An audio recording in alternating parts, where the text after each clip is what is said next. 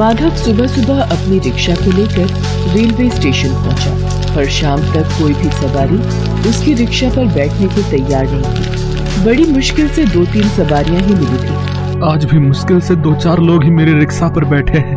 पता नहीं मेरे दुख के दिन कब दूर होंगे देवी मैया।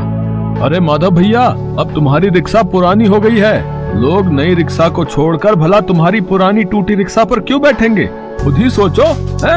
अच्छा चलता हूँ, सवारी को छोड़ना है। देवी मैया के भोग के लिए प्रसाद लेता जाता हूँ। गोमती शाम की आरती के लिए राह देख रही होगी।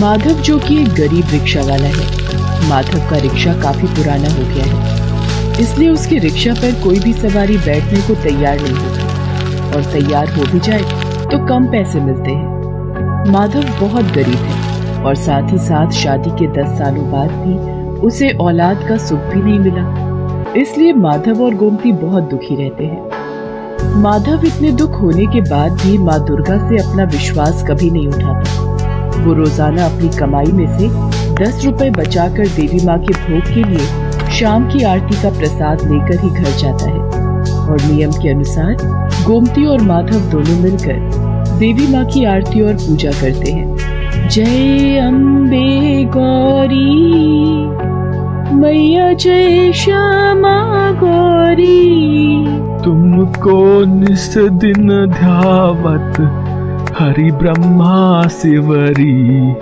जय अम्बे गौरी। हे देवी मैया, मेरे जीवन के दुख दूर करो माँ। आप ममतामयी माँ हो मैया, हमारी झोली में खुशियाँ दे दो देवी माँ, हमारी झोली में खुशियाँ दे दो। माधव और गोमती के आंसू निकल आते हैं।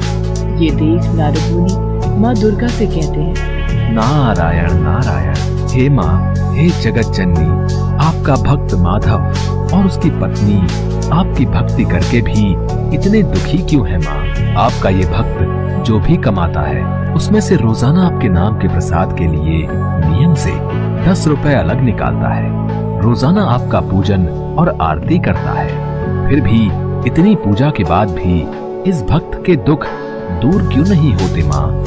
देवर्षि नारायण, कई बार मनुष्य के पिछले कर्म उसके दुखों का कारण बनते हैं, पर माधव ने मुझे सच्चे हृदय से पुकारा है और मैं अपने भक्तों की पुकार अवश्य सुनती हूँ। आपके कहे अनुसार मैं अपने भक्त की सहायता अवश्य करूँगी, पर इसके लिए मुझे माधव की परीक्षा लेनी होगी। नारायण नारायण, आपकी महिमा अपार है जगदम्बे मैया। माधव रोजाना की भांति रेलवे स्टेशन पर सवारी की प्रतीक्षा कर रहा था। तभी, ओ भैया, जरा मुझे मेरे पते पर छोड़ दोगे? मेरा बटुआ कहीं गिर गया है और मेरे पास पैसे भी नहीं है। माफ करो माता जी, इतनी धूप में पैसे की सवारी छोड़कर तुम्हें छोड़ने थोड़ी जाऊंगा। पागल समझा है क्या? वो सामने माधव रिक्शा वाला खड़ा है, वैसे भी उसे कोई सवारी नहीं मिलती, वो तुम्हें छोड़ देगा। क्या हुआ माँ जी? बेटा, मुझे इस पते पर जाना है, क्या तुम मुझे छोड़ दोगे? तुम्हारी बड़ी मेहरबानी होगी, पर मेरा बटुआ कहीं खो गया है। तुम्हें देने के लिए मेरे पास पैसे नहीं है। क्या तुम बिना पैसों के मेरे पते पर मुझे छोड़ दोगे? हाँ हाँ माता जी, पैसों की कोई बात नहीं, आप परेशान मत हो। आप मेरी रिक्शा पर बैठ जाओ, मैं आपको इस पते पर छोड़ दूंगा। वैसे भी मुझे अभी कोई सवारी तो मिल नहीं रही है, मैं खाली ही खड़ा हूँ, इसी बहाने आपको ही छोड़ देता हूँ। जीते रहो बेटा, देवी मैया का आशीर्वाद तुम पर सदैव बना रहे। माधव उस बुढ़िया को अपने रिक्शा पर बिठाकर पते पर छोड़ने के लिए चल पड़ता है। रास्ते भर गर्मी और धूप में माधव को पसीने भी आ रहे थे और धूप भी बहुत तेज थी। बेटा, बस रिक्शा को यहीं मंदिर के पास रोक दो। ठीक है माँ जी। बेटा, तुम बहुत अच्छे हो। इतनी गर्मी और धूप में तुमने मुझे यहाँ तक छोड़ने के लिए हामी भर दी, और वो भी बिना पैसों के।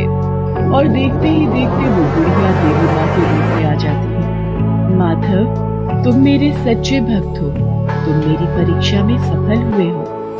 देवी माँ, आप जय हो मैया, जय हो, जय माता दी। माधव, मैं तुम्हारी परीक्षा लेने आई थी। जो व्यक्ति जरूरतमंदों और दुखियों की निस्वार्थ सेवा और मदद करता है, उसके सारे दुख दूर करना मेरा कर्तव्य बन जाता है। आज से तुम्हारे जीवन के सारे दुख दूर हो जाएंगे। ऐसे ही सबकी सहायता और अच्छे कर्म करते रहना। मैं तुम्हें संतान, धन, वैभव और सुख शांति का आशीर्वाद देती हूँ। मेरा आशीर्वाद सदैव तुम्हारे ऊपर बना रहेगा। और उस दिन देवी मैया के आशीर्वाद से माधव और गोमती की झोली खुशियों से भर जाती है।